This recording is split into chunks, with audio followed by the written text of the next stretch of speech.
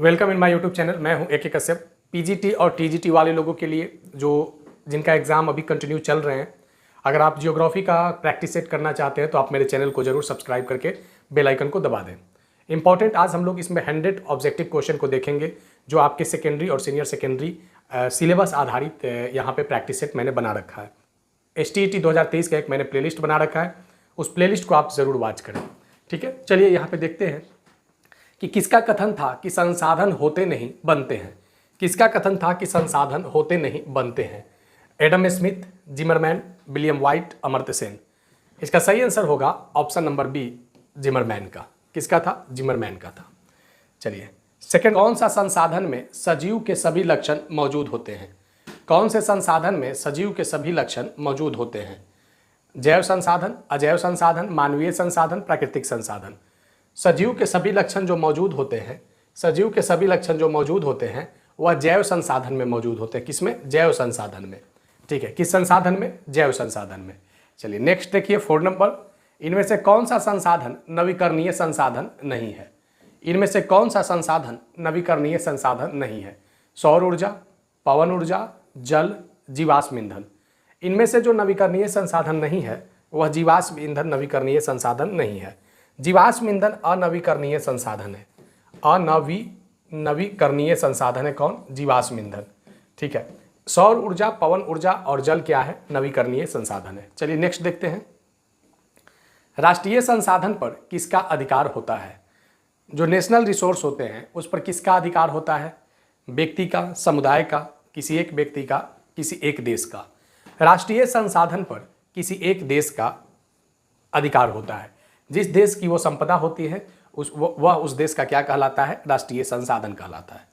Next question करेंगे यहाँ पे, किसी राष्ट्र,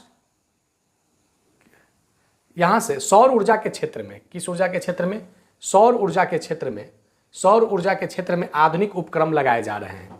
सौर ऊर्जा के क्षेत्र में आधुनिक उपक्रम लगाए जा रहे हैं और ये उपक्रम कहाँ लगाए जा रहे हैं? भुज में। तो भुज में जो आधुनिक उपकरण लगाए जा रहे हैं, तो ये भुज भारत के किस राज्य में अवस्थित है? ये भुज भारत के किस राज्य में अवस्थित है? बिहार, महाराष्ट्र, तमिलनाडु, गुजरात। सही आंसर इसका क्या होगा? गुजरात। क्या होगा? गुजरात। जो सौर ऊर्जा के क्षेत्र में जो आधुनिक उपक्रम भुज में लगाए जा रहे हैं ये कहाँ से संबंधित है? गुजरात राज्य से। बिहार में किस खनिज की प्रचुर मात्रा की उपलब्धता है? बिहार में किस खनिज की प्रचुर मात्रा की उपलब्धता है? पाइराइट, सोना, इनमें से सभी। तो इसका आंसर क्या हो जाएगा? इनमें से सभी। पहले से यहाँ चूना पत्थर, लाइमस्टोन और पाइराइट तो थे ही, लेकिन बिहार के मुंगेर जिला में सोने का एक विशाल भंडार भी मिला है। बिहार के जमुई जिला में सोने का एक विशाल भंडार मिला है। तो बिहार में ये जो आप 3 ऑप्शन जो देख रहे हैं, चूना पत्थर, पाइराइट और सोना, इसका प्रचुर मात्रा उपलब्ध है। इसके अलावा बिहार में माइका की भी उपलब्धता है, अब्रक, अब्रक की भी क्या है? यहाँ पे उपलब्धता है बिहार में। चलिए नेक्स्ट क्वेश्चन करते हैं, नर्मदा बचाओ आंदोलन अभियान से कौन संबंधित रहे थे? मेधा पाटकर, सुंदरलाल बहुगुणा, संदीप पांडे, हरिशंकर प्रसाद। नर्मदा बचाओ अभियान से संबंधित थे मेधा पाटकर। कौन संबंधित थे? मेधा पाटकर। नर्मदा बचाओ आंदोलन मेधा पाटकर का आंदोलन था। वर्षा जल संचय और कृषि क्षेत्र में, वर्षा जल संचय और कृषि क्षेत्र में इसके विकास, इस विस्तार की दिशा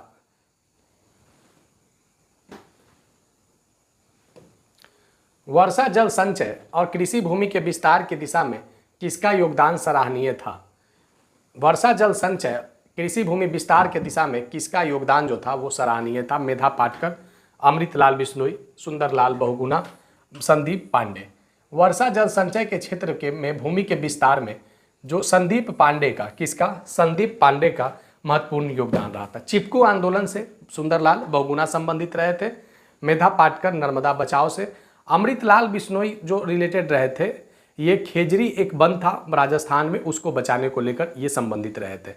हमारे पास पेट भरने के लिए बहुत कुछ है लेकिन पेटी भरने के लिए नहीं। हमारे पास पेट भरने के लिए बहुत कुछ है लेकिन पेटी भरने के लिए नहीं, यह कथन किसका था? पंडित जवाहरलाल नेहरू, मोतीलाल नेहरू, महात्मा गांधी, डॉक्टर राजेंद्र प्रसाद। ये कथन था option number C, Mahatma Gandhi का। किसका? महात्मा गांधी का। चलिए नेक्स्ट देखिए 11 नंबर क्वेश्चन, डाकुओं की अर्थव्यवस्था का संदर्भ किसके शोषण से है? रॉबरी इकोनॉमी बोलते हैं इसे। क्या बोलते हैं? Robbery economy. तो डाकुओं की अर्थव्यवस्था का संदर्भ मानव द्वारा शोषण, तकनीक द्वारा शोषण, राष्ट्र द्वारा शोषण, इनमें से सभी।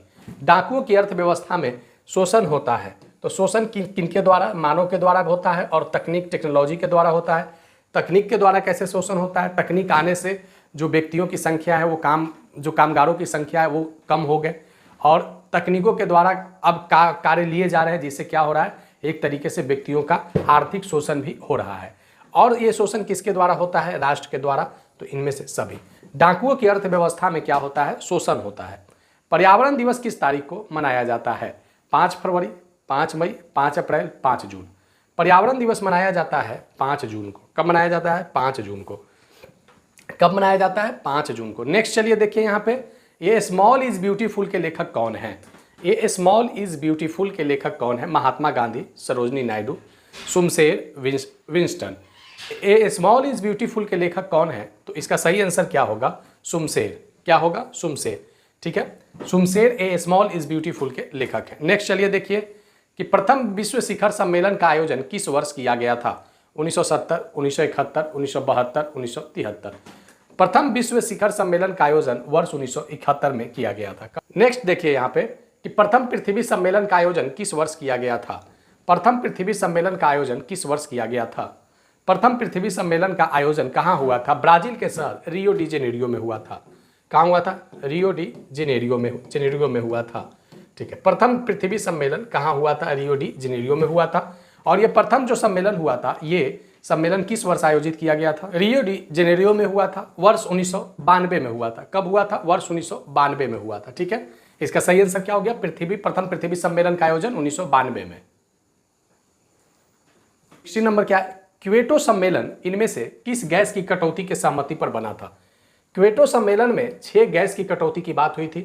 क्वेटो सम्मेलन में 6 गैस की कटौती की बात हुई थी, जिसका उत्सर्जन काफ़ी ज़्यादा वो आपको इफेक्टिव कर रहा था पर्यावरण को। तो इसको लेकर जिस गैस की कटौती पर सहमति बनी थी, तो उनमें से कार्बन डाइऑक्साइड, मीथेन और क्लोरोफ्लोरोकार्बन, ये इंपॉर्टेंट गैस थे। टोटल कितने गैस की कटौती की बात हुई थी? 6 गैसों की कटौती की बात हुई थी। इसका आंसर क्या होगा? इनमें से सभी। 17 नंबर क्वेश्चन को जरा देखिए, विश्व पर्यावरण कोष की स्थापना किसका देन था? विश्व पर्यावरण कोष का स्थापना किसका देन था? प्रथम पृथ्वी सम्मेलन, द्वितीय पृथ्वी सम्मेलन, एजेंडा 21, तृतीय पृथ्वी सम्मेलन। विश्व पर्यावरण कोष का स्थापना एजेंडा 21 का देन था। किसका देन था? एजेंडा 21 का। नेक्स्ट क्वेश्चन चलिए देखिए यहाँ पे कि कितने किलोमीटर तक समुद्री तट का अपवर्जन आर्थिक क्षेत्र कहलाता है? कितने किलोमीटर तक समुद्री तटरेखा अपवर्जन आर्थिक क्षेत्र कहलाता है? इसका सही आंसर क्या होगा? 200 नॉटिकल माइल। 200 नॉटिकल माइल इसका समुद्री अपवर्जन क्षेत्र में आता है। कितना? 200 नॉटिकल माइल इसका समुद्री अपवर्जन क्षेत्र में आता है। कितना? 200 नॉटिकल माइल। नेक्स्ट चलिए यहाँ पे देखिए कि ये तो आपका समुद्री तटरेखा अपवर्जन, लेकिन एक राजनीतिक सीमा होता है समुद्री, जो राष्ट्रीय संपदा घोषित किया जाता है। तो वो समुद्री क्षेत्र में राष्ट्रीय संपदा घोषित करने का कितना किलोमीटर का क्षेत्र होता है? तो राष्ट्रीय संपदा का जो संबंधित होते हैं वह कितने किलोमीटर होते हैं बताइए? 10.2 किलोमीटर, 15.5 किलोमीटर, 12.2 किलोमीटर, 19.2 किलोमीटर। इसका सही आंसर क्या होगा? 19.2 किलोमीटर। समुद्री क्षेत्र में राजनीतिक सीमा 19.2 किलोमीटर, और अपवर्जन जो सीमा होता है, कौन सा सीमा? अपवर्जन जो सीमा होता है ये कितना होता है? ये होता है 200 नॉटिकल माइल। कितना? 200 नॉटिकल माइल। ठीक है, चलिए आगे देखिए, नेक्स्ट देखते हैं। भारत में कुल भौगोलिक का कितना प्रतिशत भूभाग मैदान है? मैदान कितना प्रतिशत भूभाग है? तो 45% जो भारत के भौगोलिक क्षेत्र का 45% जो भाग है, 45% जो भाग है, यह क्या है? भारत के कुल भौगोलिक क्षेत्र का कितना प्रतिशत मैदान है? तो इसका आंसर क्या होगा? 45% जो है ये कुल भौगोलिक क्षेत्र का क्या है? भूभाग है। क्या है? भूभाग है। ठीक है, भूभाग है। ठीक है, यहाँ पे 45% जो क्षेत्र है वो कुल भौगोलिक क्षेत्र का क्या है? भूभाग है। चलिए नेक्स्ट देखिए यहाँ पे, मृदा के निर्माण किस प्रक्रिया के तहत होता है? मृदा के निर्माण किस प्रक्रिया के तहत होता है? भौतिक प्रक्रिया, रासायनिक प्रक्रिया, जैविक प्रक्रिया, इनमें से सभी। मृदा के 1 सेंटीमीटर के निर्माण में हजारों वर्ष लग जाते हैं, तब जाकर 1 सेंटीमीटर सॉइल बनता है। और इस मृदा के निर्माण में भौतिक प्रक्रिया, रासायनिक प्रक्रिया और जैविक प्रक्रिया सभी पार्टिसिपेट करते हैं। इस कारण से इसका आंसर क्या हो जाएगा?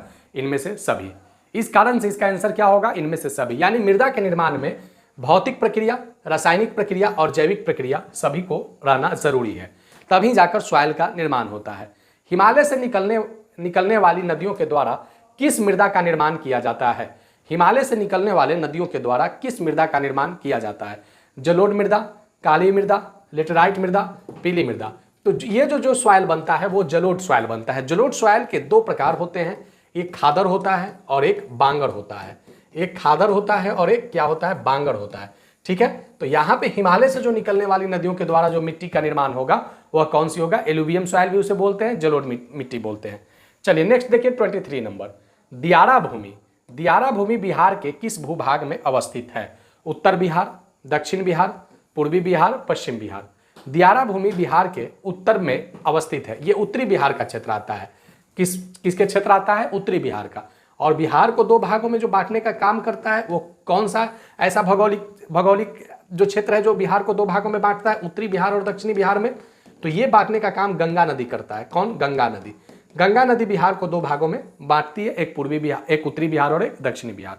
चलिए नेक्स्ट देखिए यहाँ पे, दियारा भूमि में किसकी खेती होती है? गन्ना। सर्वाधिक किसकी खेती होती है? गन्ना, मक्का, सरसों, अरहर।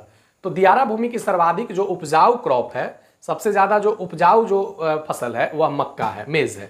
ठीक है, मक्का है। मक्का की दियारा भूमि में सर्वाधिक खेती की जाती है। नेक्स्ट चलिए यहाँ पे, जलोढ़ मिट्टी में किसकी मात्रा मिलता है? जलोढ़ मिट्टी में किसकी मात्रा मिलता है? पोटेशियम, फॉस्फोरस, चूना, इनमें से सभी। एलुवियम सॉइल में पोटेशियम, फॉस्फोरस और चूना ये तीनों अवेलेबल होते हैं। इस कारण से इसका आंसर क्या हो जाएगा? इनमें से सभी होगा। चलिए आगे क्वेश्चन करते हैं 26 नंबर, कपास की खेती के लिए कौन सा मिट्टी सर्वाधिक उपयुक्त है? कपास की खेती के लिए कौन सा मिट्टी सर्वाधिक उपयुक्त है? कपास की खेती के लिए लाल मिट्टी, काली मिट्टी, पीली मिट्टी, जलोढ़ मिट्टी। कपासी मिट्टी कहते हैं काली मिट्टी को। क्या कहते हैं? काली मिट्टी को। ठीक है, इससे रिलेटेड और क्वेश्चन है, इसलिए इसको अलग अलग ही कर लेंगे। इसको डिस्कशन में ज़्यादा लेने की यहाँ पे जरूरत नहीं है इसे, क्योंकि 2-3 क्वेश्चन काली मिट्टी से दिया हुआ है। काली मिट्टी का निर्माण किस प्रक्रिया के तहत होता है? किस प्रक्रिया के तहत? मृदा अपरदन, मृदा अपक्षय, ज्वालामुखी विस्फोट, बाढ़ का मैदान। काली मिट्टी के निर्माण बनाता है ये ज्वालामुखी विस्फोट से। ज्वालामुखी विस्फोट में जो लावा बाहर आता है तो इससे क्या होता है? इससे बेसाल्ट, ये किस स्वरूप में बदलता है? बेसाल्ट के स्वरूप में। और क्या होता है यहाँ पे? उसी से काली मिट्टी का निर्माण होता है। तो काली मिट्टी के निर्माण में ज्वालामुखी विस्फोट, वोल्केनो ब्लास्ट जो है वो सबसे इंपॉर्टेंट होता है। किस मिट्टी को रेगुर मिट्टी भी कहते हैं? खादर, बांगर, काली मिट्टी, लेटेराइट मिट्टी। तो रेगुर मिट्टी कहा जाता है काली मिट्टी को। रेगुर मिट्टी किसे कहते हैं? काली मिट्टी को। रेगुर मिट्टी किसे कहते हैं? काली मिट्टी को। चलिए नेक्स्ट देखिए 29 नंबर, काली मिट्टी में किस पोषक तत्व की कमी रहती है? Calcium carbonate, magnesium, potassium, phosphorus. काली मिट्टी में फॉस्फोरस की कमी रहती है, जबकि एलुवियम सॉइल में फॉस्फोरस होता है। काली मिट्टी में फॉस्फोरस की कमी रहती है। नेक्स्ट चलिए देखिए यहाँ पे कि काजू की खेती के लिए कौन सा मिट्टी सर्वाधिक उपयुक्त है? काजू ही नहीं, मसालों के खेती के लिए भी, जो और मसाले वगैरह जो होते हैं उसके खेती के लिए कौन सी मिट्टी सर्वाधिक उपयुक्त है? लेटेराइट मिट्टी, पीली मिट्टी, काली मिट्टी, खादर मिट्टी। सही इसका आंसर होगा लेटेराइट मिट्टी। कौन सी मिट्टी? लेटेराइट मिट्टी काजू के अलावे किसकी खेती के लिए? मसाला की खेती के लिए ये काफ़ी महत्वपूर्ण होता है लेटेराइट मिट्टी। ठीक है, नेक्स्ट यहाँ पे करते हैं हम लोग। नेक्स्ट करते हैं 31 नंबर, बिहार के किस जिले में सर्वाधिक बुआई की जाती है? यानी खेत में फसल की जो उत्पादन प्रक्रिया है वो सर्वाधिक होती है? गया, सिवान, गोपालगंज, भागलपुर। इसका सही आंसर होगा सिवान में। और सबसे कम जो होता है वो गया में होता है। सबसे कम जो होता है वो क्रॉपिंग वो गया में होता है, और सबसे ज़्यादा एग्रीकल्चर जो है वो सिवान के खेतों में किया जाता है। वर्तमान में उपलब्ध क्षेत्रों में कितने प्रतिशत भूभाग पर कृषि कार्य होते हैं? कृषि कार्य कितने प्रतिशत भूभाग पर होते हैं? 54%, 58%, 60%, 62%। इसके कुछ डाटा जो परसेंटेज है, कभी अगर आप गूगल करेंगे तो कुछ और देगा, और NCERT और SCERT अगर आप देखते हैं 11-12 वाले पार्ट में तो वहाँ पे कुछ और डाटा रहता है। लेकिन यहाँ पे जो करेक्शन हमने किया है सरकारी आंकड़ों के अनुसार तो ये 54% है। कितना परसेंट? 54%। मानव सभ्यता के लिए इनमें से क्या एक विकट समस्या है? मानव सभ्यता के लिए इनमें से एक विकट समस्या क्या है? मिट्टी की उर्वरता, मिट्टी का कटाव, भूमि का निम्नीकरण, वर्षा जल का संचयन। मानव सभ्यता के लिए, ह्यूमन सिविलाइजेशन के लिए भूमि का निम्नीकरण सबसे बड़ा समस्या है। भूमि का निम्नीकरण मानव सभ्यता के लिए सबसे विकट समस्या है। सोपानी कृषि किस राज्य में किया जाता है? सोपानी कृषि किस राज्य में किया जाता है? ये आंसर हो जाएगा इसका उत्तराखंड में। सोपानी कृषि कहाँ पे होता है? उत्तराखंड में। इसका सही आंसर क्या हो जाएगा? उत्तराखंड। पहाड़ी क्षेत्रों में होता है सोपानी कृषि, तो इसका संबंधित क्या आंसर होगा? उत्तराखंड में। ठीक है, चलिए नेक्स्ट क्वेश्चन को करते हैं। कौन सा पौधे की खेती नाइट्रोजन स्थिरीकरण में सहायक होता है? कौन से पौधे की खेती नाइट्रोजन स्थिरीकरण में सहायक होता है? तिलहन, तिलहन एवं दलहन, पहाड़ी क्षेत्रों की मृदा, पहाड़ी क्षेत्रों की मृदा और धान की खेती। तो तिलहन और दलहन ये नाइट्रोजन के स्थिरीकरण में सहायक होता है। ठीक है, नाइट्रोजन स्थिरीकरण में ये सहायक होता है।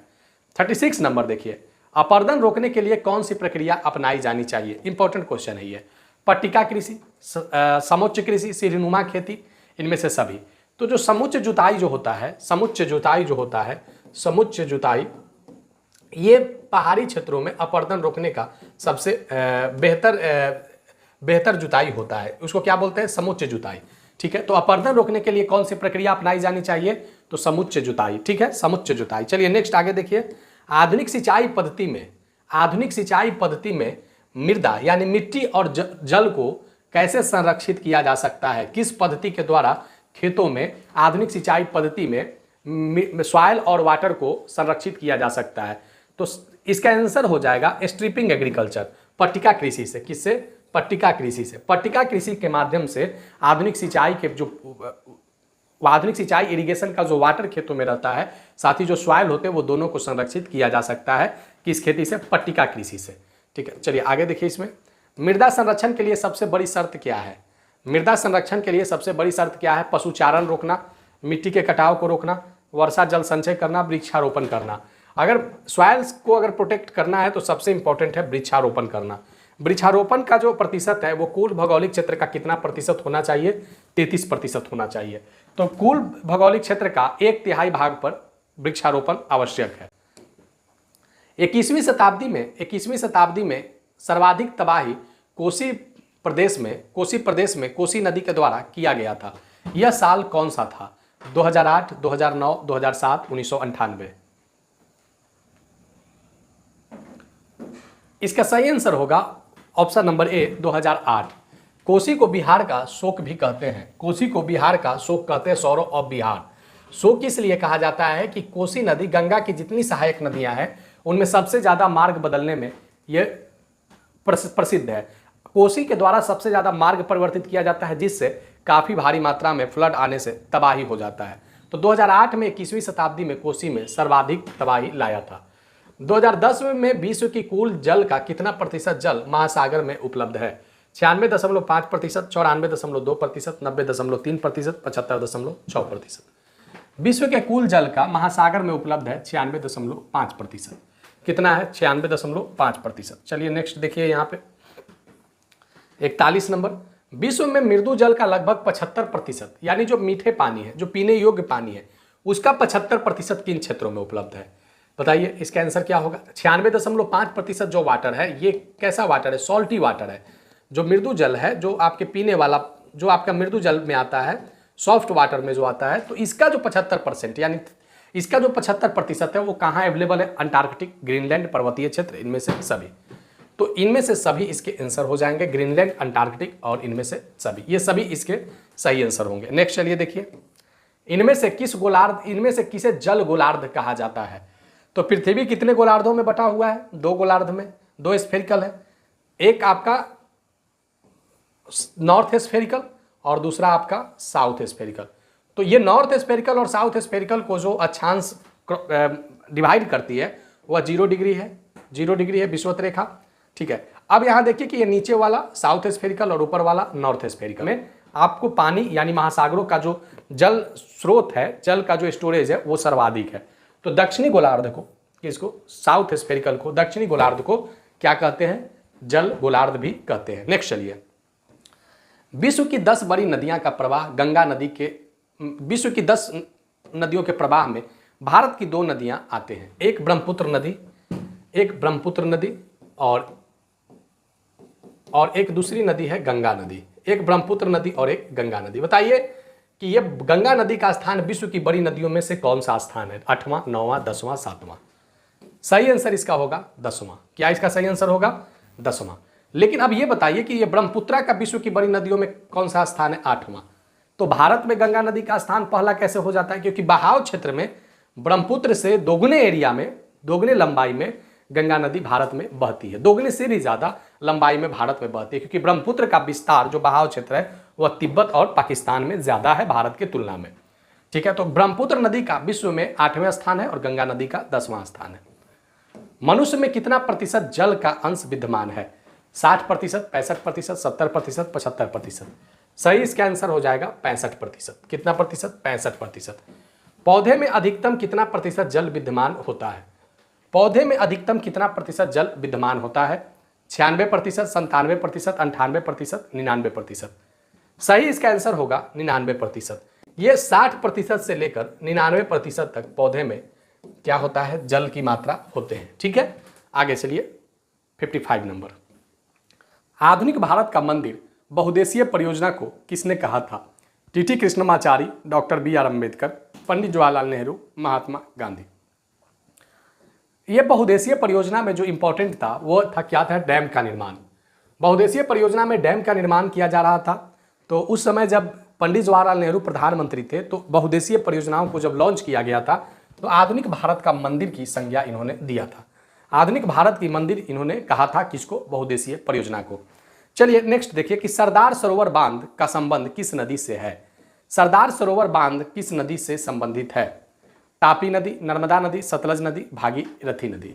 सरदार सरोवर बांध का संबंध नर्मदा नदी से है। किस नदी से? नर्मदा। बताइए नर्मदा नदी कहां से निकलती है? तो अमरकंटक से। कहां से? अमरकंटक से। अमरकंटक से ये निकलकर आप बहते हुए कहां जाती है? अरब सागर में जाती है। अमरकंटक से एक और नदी निकलती है जो सोन, दोनों एक दूसरे के अपोजिट बहती है और सोन कहां आती है? गंगा में। ये मिलती है कहां पे? पटना जिला में ये मिलती है। हीराकुंड बांध किस नदी पर बनाया गया है? हीराकुंड बांध किस नदी पर? महानदी, गोदावरी नदी, कृष्णा नदी, कावेरी नदी। हीराकुंड बांध जो बनाया गया है ये महानदी पर बनाया गया है। किस नदी पर? महानदी पर। बिहार और पश्चिम बंगाल में अंडरग्राउंड वाटर का अति दोहन से किसकी मात्रा जमीन के अंदर के पानी में बढ़ गई है? बताइए इसका आंसर क्या होगा? बिहार और पश्चिम बंगाल में जो अंडरग्राउंड वाटर है उसका दोहन से किसकी मात्रा बढ़ गई है? Phosphorus, arsenic, sodium, magnesium. सही इसका आंसर होगा आर्सेनिक। बिहार और पश्चिम बंगाल के अंडरग्राउंड वाटर में आर्सेनिक की मात्रा बढ़ गया है। क्यों बढ़ा है? क्योंकि पानी का वेस्टेज किया जा रहा है। अंडरग्राउंड वाटर का क्या किया जा रहा है? वेस्टेज किया जा रहा है। बिहार की सबसे प्राचीन परियोजना और बिहार की सबसे पहली परियोजना कौन सी परियोजना है? सोन परियोजना, गंडक परियोजना, गंगा परियोजना, भाखड़ा परियोजना। बिहार की सबसे प्राचीन परियोजना सोन परियोजना है। कौन सी परियोजना है? सोन परियोजना। और सोन परियोजना जो है ये बिहार की पहली परियोजना भी है और पहली परियोजना है और प्राथमिक परियोजना है। सोन परियोजना के तहत बिहार के कितने लाख हेक्टेयर भूमि सिंचित हैं? सोन परियोजना के तहत बिहार के कितने लाख हेक्टेयर भूमि संचित है? तो 2 लाख हेक्टेयर भूमि। कितनी भूमि? 2 लाख हेक्टेयर भूमि सिंचित है। चलिए, बिहार और झारखंड के बंटने से पहले एक कंदन जलाशय था। कौन सा जलाशय? कंदन जलाशय। लेकिन अब इसका नाम बदल गया है। अब बताइए कि इस कंदन जलाशय का नाम क्या रखा गया है? तो इसका नाम रखा गया है इंद्रपुरी जलाशय योजना। क्या रखा गया है? इंद्रपुरी जलाशय योजना। ठीक है, आगे नेक्स्ट देखिए यहाँ पे कि भारत के किस राज्य में सर्वाधिक वन की उपलब्धता है? भारत के किस राज्य में सर्वाधिक वन की उपलब्धता है? तो मध्य प्रदेश में। कहाँ पे? मध्य प्रदेश में। ठीक है, भारत में सर्वाधिक वन में कौन सा वन का प्रकार उपलब्ध है? अत्यंत सघन वन, खुले वन, झाड़ी वन। इसका सही आंसर क्या होगा? अत्यंत सघन वन। भारत में सर्वाधिक वन का कौन सा प्रकार उपलब्ध है? अत्यंत सघन वन। चलिए नेक्स्ट देखिए यहाँ पे, हिमालयन यव किस प्रकार का वृक्ष है? सदाबहार वृक्ष, पर्णपाती वृक्ष, झाड़ी वृक्ष, सुंदरी वृक्ष। हिमालयन यव सदाबहार वृक्ष है। सदाबहार वृक्ष है। कौन सा? हिमालयन यव। इस बार बिहार शिक्षक बीपीएससी वाले में पूछा भी था हिमालयन यव से, और यही क्वेश्चन था आपका कि हिमालयन यव भारत के किन राज्य में उपलब्ध होते हैं? हिमालयन यव भारत के 2 राज्यों में उपलब्ध है, हिमाचल प्रदेश और अरुणाचल प्रदेश। हिमाचल प्रदेश और अरुणाचल प्रदेश 2 प्रदेशों में उपलब्ध है, हिमाचल प्रदेश और अरुणाचल प्रदेश। हिमालयन यव से किस प्रकार का रसायन निकाला जाता है? Paracetamol, diclofenac, disprin, taxol. Himalayan yew जो हिमाचल प्रदेश और अरुणाचल प्रदेश में अवेलेबल हैं तो ये हिमालयन योग के वृक्ष होते हैं, पेड़ होते हैं, ठीक है। ये इसे निकाला जाता है टैक्सोल, और टैक्सोल का इलाज से क्या होता है? टैक्सोल से कैंसर का इलाज किया जाता है। किसका इलाज? कैंसर का इलाज होता है टैक्सोल से। चलिए नेक्स्ट यहाँ पे देखिए कि भारत में विलुप्त हो रहे जीव जंतुओं में सर्वाधिक किसकी संख्या है? भारत में विलुप्त हो रहे जीव जंतुओं में सर्वाधिक किस प्रजाति की संख्या है?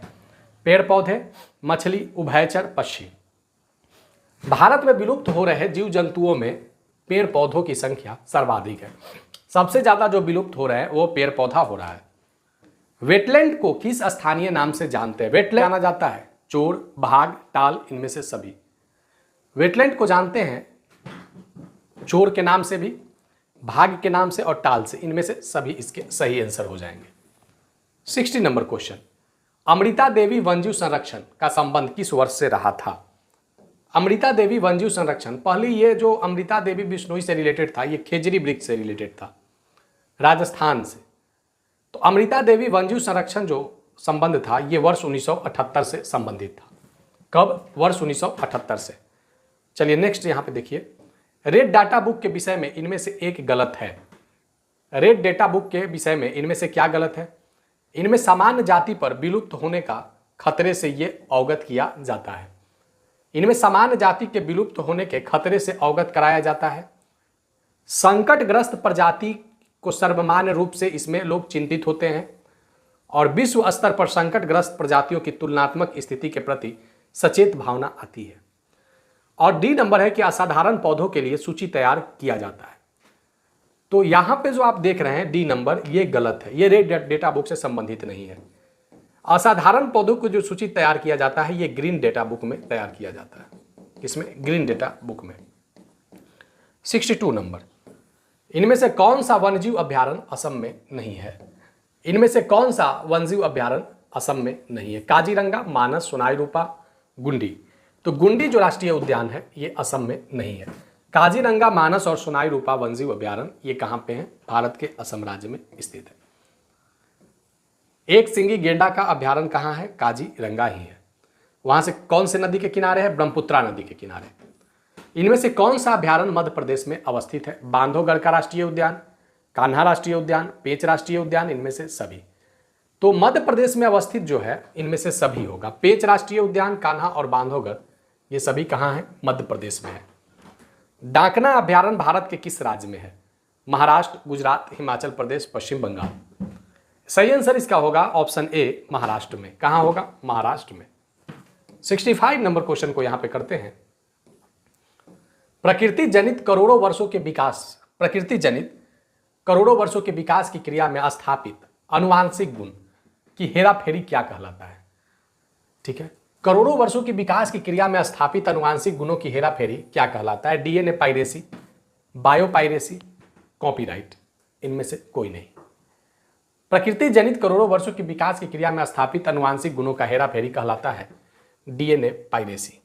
क्या कहलाता है? बायोपाइरेसी। बी नंबर इसमें सही आंसर होगा। क्या होगा? बायोपाइरेसी। घड़ियाल प्रजनन केंद्र इनमें से कहां स्थापित है? घड़ियाल प्रजनन केंद्र इनमें से कहां स्थापित है? कांकेर, मुरैना, दिनगांव, कंचनजंगा। सही इसका आंसर होगा मुरैना। कहां होगा? मुरैना। कहां पे है ये मुरैना? मध्य प्रदेश में है। कहां पे है? मध्य प्रदेश में है। चलिए नेक्स्ट देखिए, यहां पे हॉटस्पॉट में इन सेटू संरक्षण की प्राथमिकता किसने दिया था? इन सेटू और एक्स सेटू दो होते हैं। तो इन सीटू जो उनके प्राकृतिक आवास होते हैं, और एक सीटू में उन्हें बाहर से लाकर क्या किया जाता है? संरक्षित किया जाता है।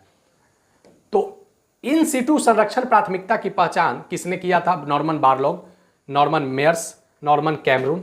इसका सही आंसर हो जाएगा B is right answer, Norman Meyers ने। चलिए नेक्स्ट क्वेश्चन देखिए।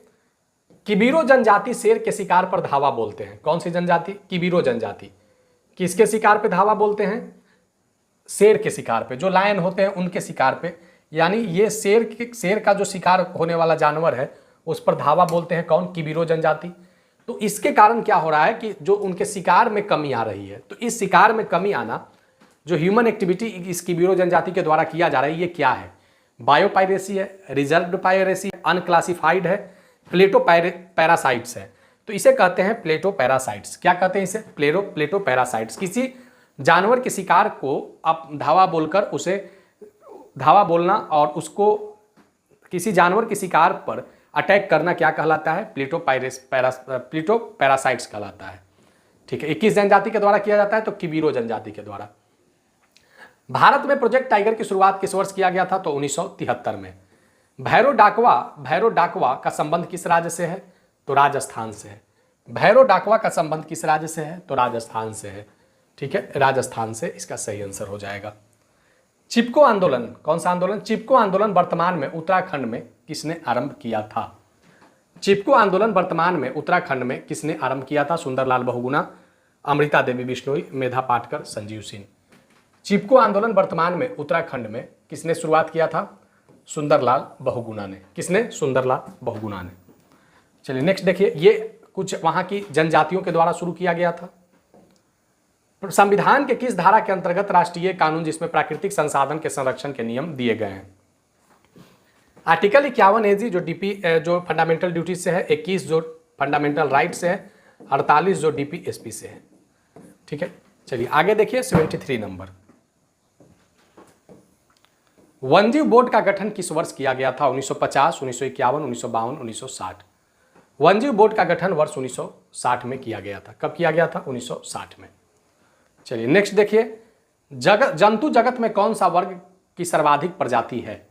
सबसे ज्यादा जो प्रजाति है वो ऑर्थोपोडा का है। किसका? ऑर्थोपोडा का है। ठीक है, ऑर्थोपोडा का है। असम वनस्पति क्षेत्र का विस्तार कहां तक है? असम वनस्पति क्षेत्र का विस्तार पंजाब से राजस्थान, पंजाब से ब्रह्मपुत्र, असम से सुरमा घाटी, सुंदरबन से सुरमा घाटी। असम वनस्पति क्षेत्र का विस्तार असम से सुरमा घाटी तक है। चलिए आगे देखिए कि नीलगिरी जीव मंडल में रिजर्व में इनमें से कौन सा राज्य शामिल है? तमिलनाडु, केरल, कर्नाटक, महाराष्ट्र। नीलगिरी जैव मंडल रिजर्व में जो शामिल है, वह जो शामिल नहीं है, जो शामिल नहीं राज्य है वह है महाराष्ट्र। तमिलनाडु, केरल और कर्नाटक नीलगिरी जैव मंडल में शामिल है। कंचनजंगा सिक्किम के किस भाग में अवस्थित है? कंचनजंगा सिक्किम के किस भाग में अवस्थित है? पूर्व पश्चिम, उत्तर पश्चिम, उत्तर पूर्व, उत्तर दक्षिण। सही इसका आंसर होगा उत्तर पश्चिम। कहां होगा? उत्तर पश्चिम। चलिए नेक्स्ट, आधुनिक कृषि में किस जगह की आधुनिक कृषि में विविधता का उपयोग नहीं किया गया है? नवीन फसल साधन के रूप में, अच्छे प्रकार की नस्ल के सामग्री के रूप में, विनाश और पीड़ानाशक जो पेस्टिसाइड होते हैं पेस्टिसाइड के रूप में, आयुर्वेदिक यूनानी दवाइयों के रूप में। तो ये इससे संबंधित नहीं है। नवीन फसल साधन के रूप में, अच्छे प्रकार की नस्ल सामग्री के रूप में, ये सभी आधुनिक कृषि का विविधता में उपयोग किए जाते हैं और पेस्टिसाइड का भी उपयोग आधुनिक कृषि में किया जाता है। इनमें से कौन सा दवा दर्द निरोधक है? तो क्यूनोनेन। तारापुर परमाणु विद्युत गृह कहाँ है? तारापुर परमाणु विद्युत गृह कहाँ है? उत्तर प्रदेश में। ये भारत का पहला एटॉमिक हाउस था। तारापुर महाराष्ट्र में। कहाँ पे है? तारापुर महाराष्ट्र में। कल्पक्कम परमाणु विद्युत गृह भारत के किस राज्य में अवस्थित है? कल्पक्कम अवस्थित है कहाँ पे? तमिलनाडु में। कहाँ पे? तमिलनाडु में। नेक्स्ट चलिए करिए, भारत में यूरेनियम का विशाल भंडार झारखंड के किस जिला में है? तो यह है जादूगोड़ा में। कहाँ पे है? जादूगोड़ा में। ठीक है, झारखंड का जिला है जादूगोड़ा, जहाँ पे यूरेनियम का विशाल भंडार है। भारत का प्रथम एटॉमिक रिएक्टर कहाँ पे स्थापित हुआ था? तो ये स्थापित हुआ था महाराष्ट्र के तारापुर में। कहाँ पे स्थापित हुआ था? महाराष्ट्र के तारापुर में। चलिए नेक्स्ट देखिए, राणा प्रताप सागर परमाणु विद्युत गृह राजस्थान के किस शहर में है? राणा प्रताप सागर परमाणु विद्युत गृह कहाँ पे अवस्थित है? ये अवस्थित है राजस्थान के किस शहर में? इसका आंसर हो जाएगा कोटा में। यहाँ पे प्रिंटिंग मिसिंग है, तो यहाँ पे आपका आंसर क्या हो जाएगा? कोटा में। राणा प्रताप सागर परमाणु जो एटॉमिक गृह जो है, हाउस जो है, ये राजस्थान के कोटा में है। हीराकुंड किस नदी पर अवस्थित है? हीराकुंड अवस्थित है महानदी पर। किस नदी पर? महानदी पर। बांध है, ये डैम है। चंबल नदी पर इनमें से कौन सा बांध राजस्थान में नहीं है? चंबल नदी पर इनमें से कौन सा बांध राजस्थान में नहीं है? तो राजस्थान में चंबल नदी पर 3 बांध है, गांधी सागर बांध, राणा प्रताप सागर बांध और कोटा बांध। जो नहीं है वह टिहरी बांध। टिहरी बांध है गंगा नदी पर। टिहरी बांध है गंगा नदी पर। चलिए आगे देखिए, तुंगभद्रा नदी किसकी सहायक नदी है? कृष्णा, कावेरी, नर्मदा, पेरियार। तुंगभद्रा नदी है तो ये कृष्णा नदी की सहायक नदी है तुंगभद्रा नदी। चलिए नेक्स्ट आगे देखिए, जोग जलप्रपात किस नदी पर अवस्थित है? जोग एक धुआंधार जलप्रपात है, तो वो कहाँ अवस्थित है? नर्मदा नदी पर, जब्बलपुर में। जोग जलप्रपात कहाँ अवस्थित है? तो ये अवस्थित है शरावती नदी पर। कहाँ पे? शरावती नदी पर। शरावती नदी कहाँ है? कर्नाटक में। शरावती नदी कहाँ है? कर्नाटक में। नेक्स्ट चलिए यहाँ पे देखिए, काकरापारा परमाणु विद्युत गृह भारत के किस राज्य में अवस्थित है? तो काकरापारा अवस्थित है गुजरात में। कैगा परमाणु विद्युत राज्य, कैगा कहाँ अवस्थित है? कर्नाटक, तमिलनाडु, महाराष्ट्र, उत्तर प्रदेश। कैगा कहाँ अवस्थित है? तो कर्नाटक में। कैगा कहाँ अवस्थित है? कर्नाटक में। ठीक है। भारत का प्रथम तेल शोधक कारखाना स्थापित किया गया था मथुरा, बरौनी, डिगबोई, गुवाहाटी। भारत का पहला तेल शोधक कारखाना डिगबोई जो असम में अवस्थित है। ऐसे ये सभी जो है सो वाटर रिफाइनरी से जुड़े हुए हैं, लेकिन डिगबोई, असम का डिगबोई ये प्रथम स्थान पर स्थापित हुआ था। सर्वोत्तम कोयले का जो प्रकार है वह एंथ्रासाइट है। और भारत में कोयले का प्रथम उत्पादक राज्य कौन है? तो भारत में कोयले का प्रथम उत्पादक राज्य कौन? इसका सही आंसर हो जाएगा झारखंड। और विश्व में सबसे ज्यादा कोयले का उत्पादन किस देश में होता है? तो चीन में। विश्व में सबसे ज्यादा कोयले का उत्पादन कहाँ होता है? चीन में। ठीक है। गोंडवाना समूह के कोयले का निर्माण हुआ था। तो गोंडवाना समूह जो है ये सबसे प्राचीन कोयला था। ये 20 करोड़ वर्ष पूर्व इस कोयले का निर्माण हुआ था। ठीक है। आगे चलिए देखिए, दक्षिण भारत की सबसे बड़ी नदी घाटी परियोजना नरौड़ा विद्युत केंद्र गृह कहाँ अवस्थित है? तो उत्तर प्रदेश में। नरौड़ा विद्युत गृह कहाँ अवस्थित है? तो उत्तर प्रदेश में। भारत का कौन सा राज्य आयरन उत्पादन में प्रथम स्थान पर है? आयरन के उत्पादन में, लौह अयस्क के उत्पादन में प्रथम स्थान पर छत्तीसगढ़ है। कौन है? छत्तीसगढ़। भारत में मैग्नीज के उत्पादन करने वाला प्रथम राज्य कौन है? मैग्नीज का उपयोग यहाँ पे मेडिसिन में भी किया जाता है। तो मैग्नीज के उत्पादन करने में भारत का जो प्रथम स्थान पे जो राज्य है, सही आंसर इसका होगा छत्तीसगढ़। लेकिन जब भंडार में प्रथम स्थान पर जब बात आएगी तो भंडार में, स्टोरेज में कहां पे? उड़ीसा में। चलिए नेक्स्ट देखिए, मैग्नीज के उत्पादन में विश्व में प्रथम स्थान पर कौन सा देश है? तो चीन है। कौन सा देश है? चीन है। मैग्नीज के उत्पादन में विश्व में प्रथम स्थान पर कौन सा देश है? चीन है। इनमें से कौन सा लौह अयस्क का खान कर्नाटक में नहीं है? बाबू बोदन की पहाड़ी, कालाहांडी, मनगोरी, बोलाडीला। तो बोलाडीला जो है ये छत्तीसगढ़ में है। ठीक है। नेक्स्ट चलिए, 100 नंबर, छत्तीसगढ़ के अधिकांश लोहे का निर्यात जापान में किस बंदरगाह से किया जाता है? जापान में जो छत्तीसगढ़ के लोहे होते हैं उसको एक्सपोर्ट किया जाता है किस बंदरगाह से?